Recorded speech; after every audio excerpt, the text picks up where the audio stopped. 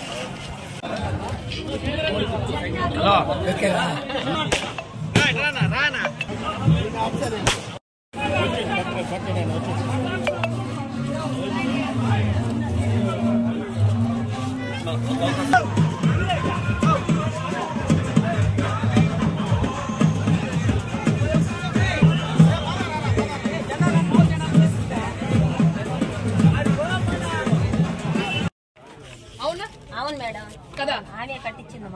మీరు నమ్మకం పెట్టుకోండి సరేనా. ఈసారి మీరు సైకిల్ కోటేయండి, దగ్గరుండి మేము ఇల్లు మీకు తిరిగి కట్టిస్తాం.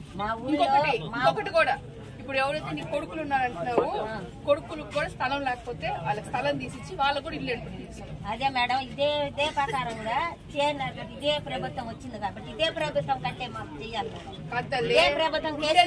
మన ప్రభుత్వం కాదు కదా, ఈ ప్రభుత్వం జరుగుతుంది మేడం. మంది లేదు లేదు, ఆ ప్రభుత్వం జరుగుతుంది.